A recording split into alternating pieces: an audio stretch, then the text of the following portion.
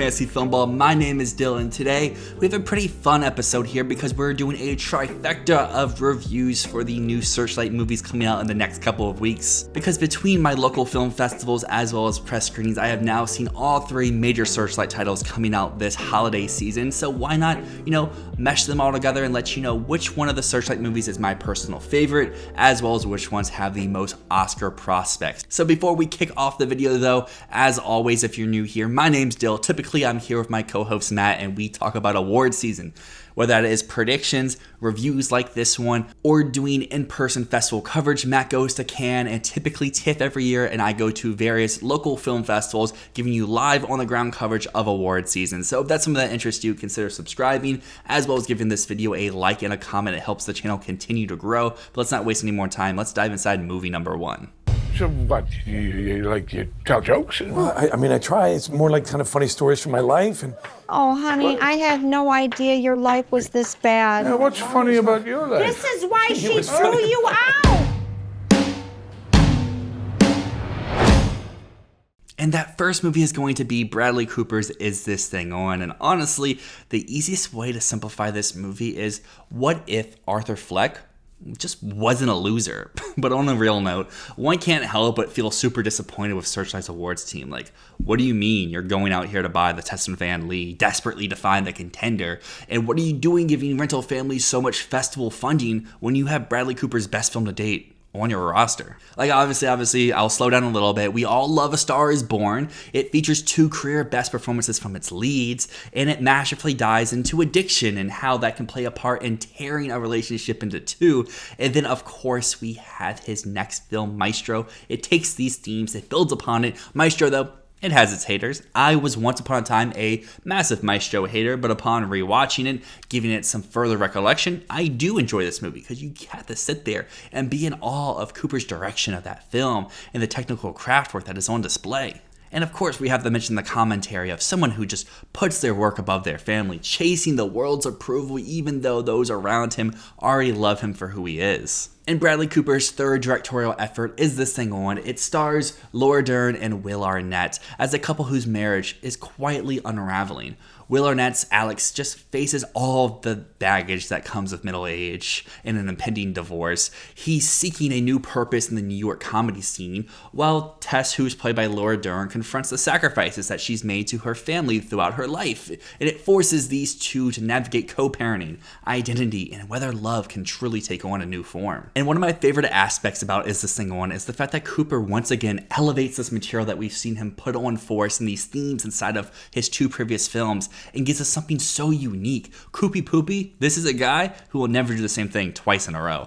Gone are the lavish sets and the attention to detail of Maestro. Gone is the innovative use of storytelling with A Star Is Born. Instead, he's taking a much more laid back and mellow approach. I really love the use of the handheld camera throughout Is This Thing On? It places us inside of these scenes with these actors and with these characters, and we can feel their emotion bouncing off of each other because we aren't interrupting these takes. Instead, Cooper goes with longer shots. The average cut time is probably above 10 seconds for most of the scenes throughout this movie. One of my favorite examples of this is when we go on stage with Will Arnett. We see him struggle to find comfort and to find familiarity with what he's doing, and instead we watch him learn in real time how to navigate himself performing in front of a live audience crowd. This sense of direction and craftsmanship that's on display inside of Is This Thing On? Really allows these actors to chew the scenery. It makes the movie feel so human. And speaking of human, I found Is This Thing On? To be a genuinely therapeutic experience.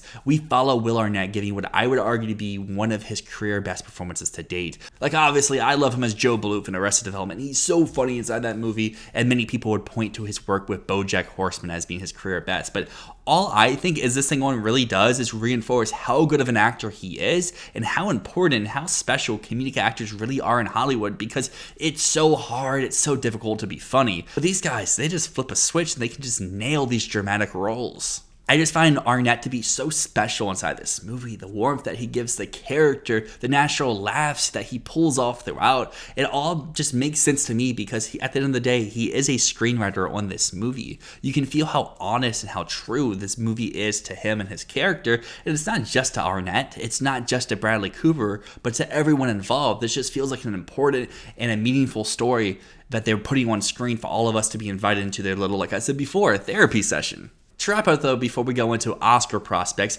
between the three Searchlight movies that we're talking about here today, Is This Thing On seems like the one that they're giving the least amount of promo to so far. Maybe that's because the movie doesn't come out until December 19th, but between its festival presence, the trailers, the ads that we've seen online right now, it just doesn't feel like there's the juice and the sauce behind this movie, which kind of stinks to me. I hope this movie doesn't fade away and it goes unnoticed around this holiday season, because I think this is an absolute must-see this year, let alone for anything I mentioned before. I didn't even get a chance to mention this next aspect. It has, I think, the coolest thing Bradley Cooper's ever done inside his filmography. There's a tracking shot mixed with a match cut inside this movie for one of the instances where Arnett goes on stage. It's just so epic. It's honestly like, oh my gosh, you pulled that off. So cool type moment. Regardless, we are an Oscars channel at the end of the day, so it's time to talk prospects here.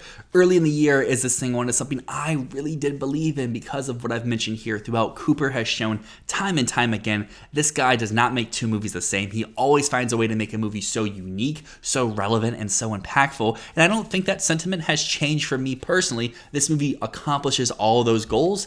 The issue is, it doesn't seem like many people out there are pushing that narrative at the moment. Searchlight just bought The Testament of Anne Lee. Clearly, they are wanting to give that movie more of an awards campaign because of the max amount of prospects it can get. And I do admit, Is This Thing On does not have a wide array of things it could get nominated for. Let's say it is a Best Picture contender. Cooper probably isn't happy in director. Will Arnett totally could happen for lead, and in fact, I think that his nomination at the Golden Globes in the drama category is all but assured. Laura Dern in lead actress, probably not. That category is pretty stacked. If she was in supporting, maybe there would be more of a shot. However, just like Will Arnett, I think that she does get in over at the Golden Globe drama category. And in terms of like technical nominations, I don't really think there's much here for it.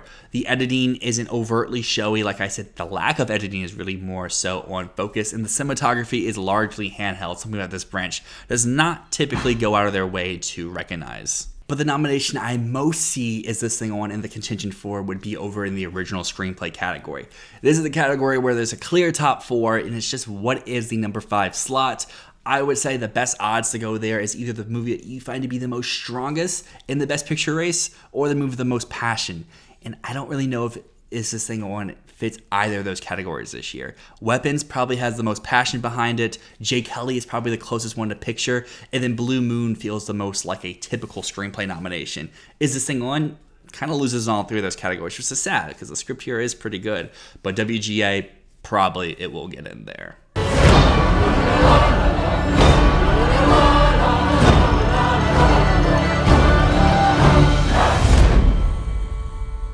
Legend has it, this is what happened to Anne Lee. To continue this trifecta review of these Searchlight films coming out this holiday season, the next one we have is The Testament of Anne Lee, which finds Mona Fastfold and Brittany Corbet reuniting once again, this time flipping their roles, with Mona stepping into the director's chair for The Testament of Anne Lee. Fastfold's newest focuses on the extraordinary true legend of Anne Lee, founder of the devoted sect known as the Shakers. I personally found that some of the biggest highlights of The Testament of Anne Lee follow in the brutalist footsteps from last year. First off, this movie is so technically well crafted. Daniel Blumberg returns from The Brutalist with another wholly unique and hypnotic score. His work feels like the beating heart of The Testament of Anne Lee, guiding you through this religious epic. I personally was just so mesmerized by the way that his music helps guide the pace throughout the film's runtime, whether it's with the choreography of some of the dance movements, or whether it is just in the editing and the rhythm that we see throughout the runtime.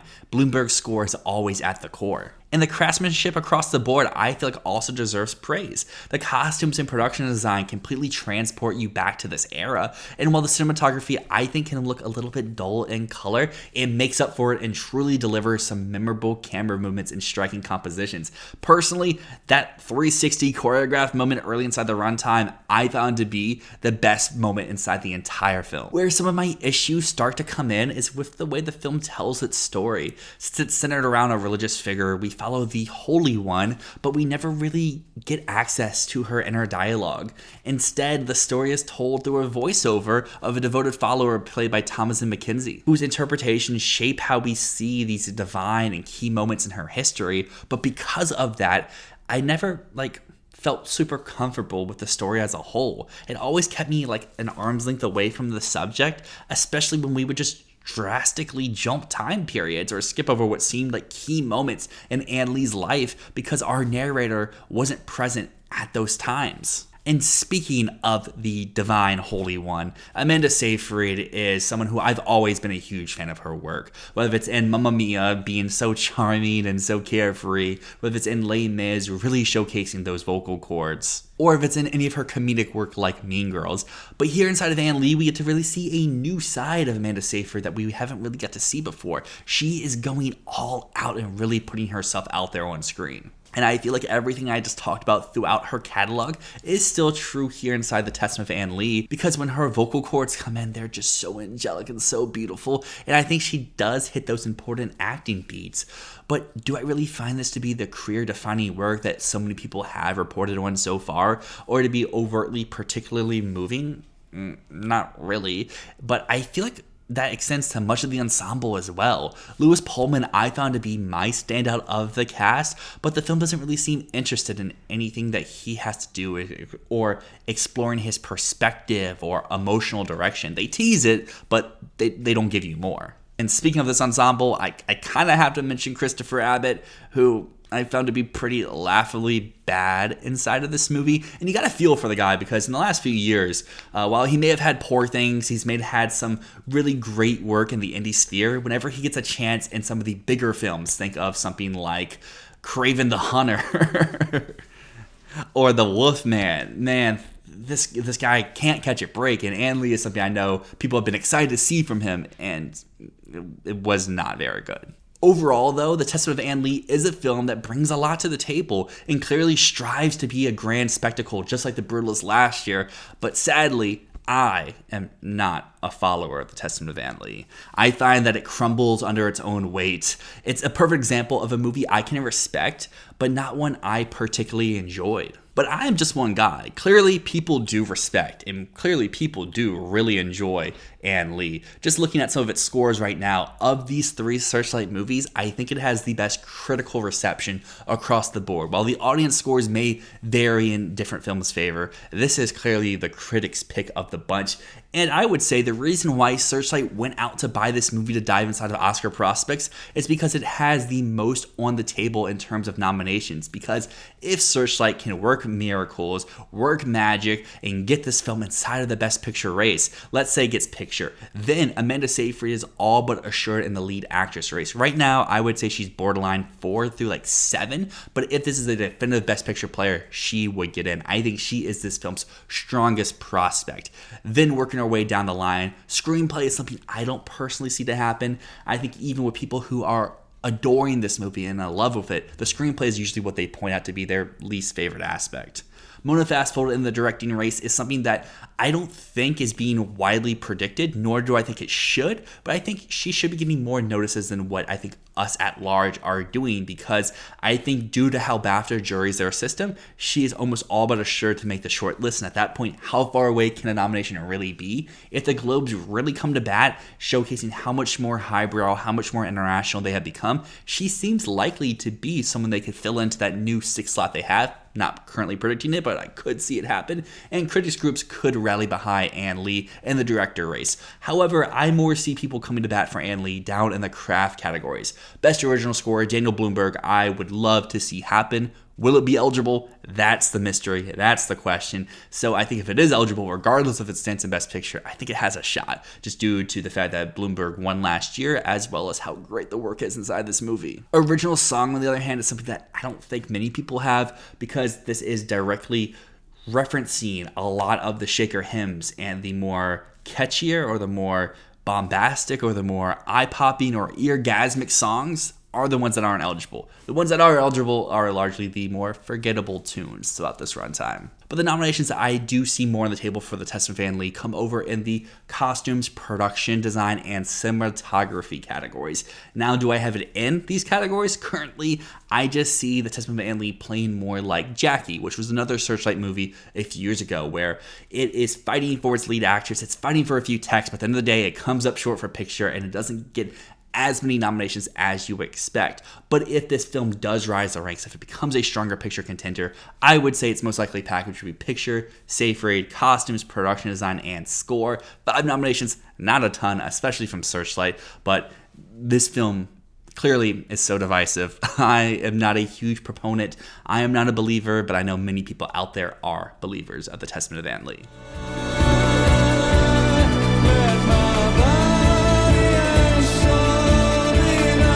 And what you'll discover is that they stay with you.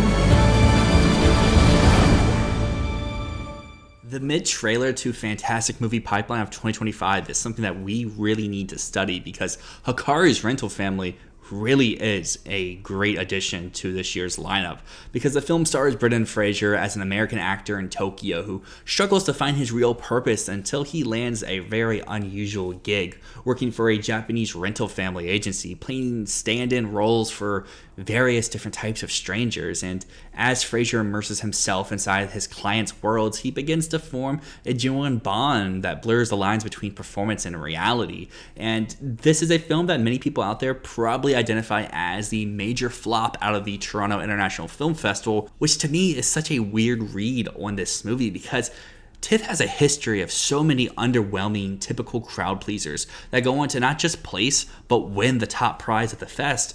And to lump Rental Family as one of the weaker options of that list is kind of crazy, because the reception out of Toronto this year for Rental Family was that it was a film molded to win the PCA. But to me, that's just an unfair read of the movie, because sure, you can say this film is a little bit formulaic and predictable, and you can kind of guess in the directions it really wants to pull you, but I still find it to be super effective at how it wants to tell its story, and it's pretty fantastic at exploring those themes inside of the film. As some of you out there may know, I'm not typically a fan of Brendan Fraser. This guy usually is one of my least favorite aspects about most of the projects that he's attached to, but I found myself really moved by his character here, and you can feel his emotion and the vulnerability in ways I don't really feel like we have seen from him before. I know some people out there may be like, hey, this dude just won an Oscar for The Whale, but to me, that's much more of a caricature, while his performance inside of Rental Family felt more human and felt like a character, and that just largely thanks to his performance. And I think the other real standout elements of Rental Family comes from its moving screenplay that dives inside of themes of compassion and connectivity and the instinct to really want to make others feel better.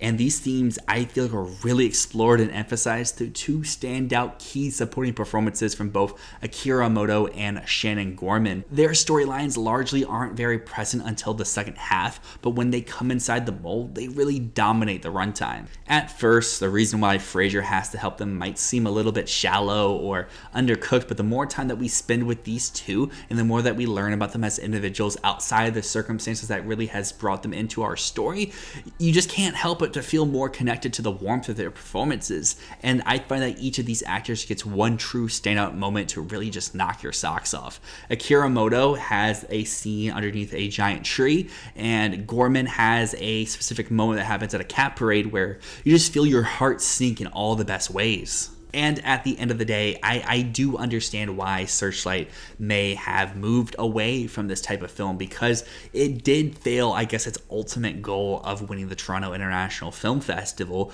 But I still feel like it's kind of unfair, the fact that this movie is coming out this weekend. I don't feel like I've seen much promo or press or Q&As or whatever for Rental Family, but I still find it to be a very effective and a very moving film. The people who sat around me in front and behind at Rental Family earlier today seem to really enjoy this and to really eat it up. And I think this is a movie where if you put it in front of an audience, they're going to walk away really enjoying the type of film that it is. And as you may have kind of concluded from my review there, Rental Family doesn't really have many prospects. At the Oscars, I would say it has 0. Maybe some critics groups, like regional groups that is, may give some love to Emoto and supporting actor. I would really love to see Gorman get some shout outs and youth and breakthrough performance, but I don't see this being a picture player anywhere. Screenplay, if they really love the movie, but I just don't feel like there's going to be a push for the film, and I also don't feel like the visibility is really going to be there, and that's kind of what stinks with Searchlight this year. I understand the decision to move to Ann Lee. Can get a nomination in maybe like 8 or 9 categories, but how many of those will it get? It's such a divisive movie where you can make a case for being number 5 or a case for being number 10 in a lot of those categories I mentioned for that movie last time around. But for Is This Thing On or for Rental Family, it really only has prospects in like 2 or 3 places, but if it got the proper push, I could see an angle for people really rallying behind the film in those 2 or 3 places.